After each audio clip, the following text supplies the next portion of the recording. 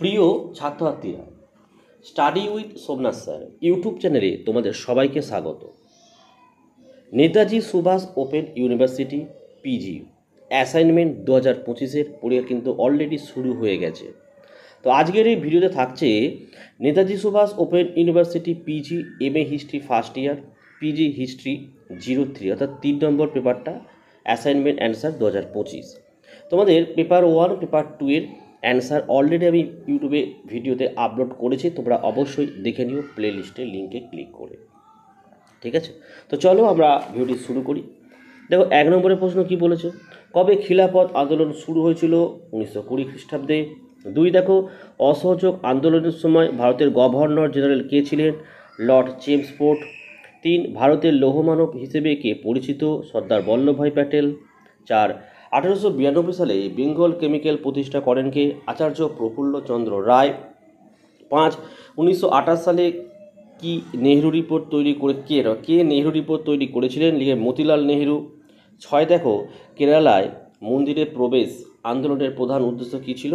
অস্পৃশ্যদের হিন্দু মন্দির এবং রাস্তায় প্রবেশাধিকার দান। 7 দেখো, 1979 সালে স্বদেশী মুভমেন্ট ইন বেঙ্গল 1903 থেকে 1908 বইটি কে লিখেছিলেন? সুমিত সরকার। 8 1919 সালের ভারত শাসন আইনের পর্যালোচনার জন্য ব্রিটিশ সরকার কর্তৃক গঠিত কমিশনের নাম কী ছিল? Simon commission.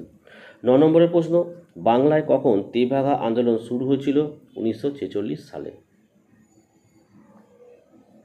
10 স্বরাজ্য দলের প্রতিষ্ঠাতা সম্পাদক কে ছিলেন? মতিলাল নেহরু। 11 নিম্নবর্গের ইতিহাস সম্পর্কিত দেখো অ্যানাদার রিজন বইটি কে লিখেছিলেন?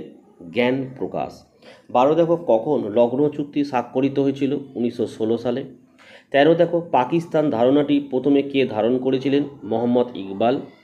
14 দেখে নাও, মহাত্মা গান্ধীর নেতৃত্বে ডান্ডি মার্চ কোন দিন শুরু হয়েছিল? 12ই মার্চ 1930। 15 দেখে নাও, কখন গান্ধী আরোহণ চুক্তি স্বাক্ষরিত হয়েছিল? 1931 সালে। 16 ভারতীয় জাতীয়তাবাদ সম্পর্কে কেমব্রিজ স্কুল অফ থটস এর সমালোচনা করেন কোন ভারতীয় চিন্তাবিদ? লিখবে অনিল শীল। 17 1932 সালে পুনা চুক্তির প্রধান স্বাক্ষরকারী কে ছিলেন? লিখবে আম্বেদকর এবং গান্ধী।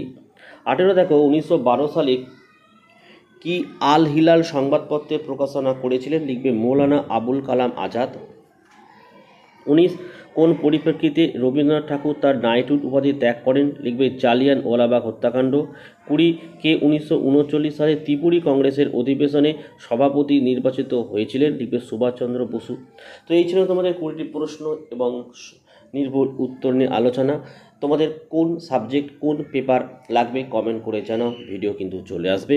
ভিডিও ভালো লাগলে অবশ্যই একটি কমেন্ট করে জানাও কেমন লাগছে, একটি লাইক করো এবং অবশ্যই চ্যানেলটিকে সাবস্ক্রাইব করো এবং পাশে থাকা বেল আইকন প্রেস করে অল নোটিফিকেশনটাকে অন করো, যাতে আমি যখনই কোনো ভিডিও আপলোড করব সবার প্রথম যেন তোমাদের কাছে পৌঁছে যায়।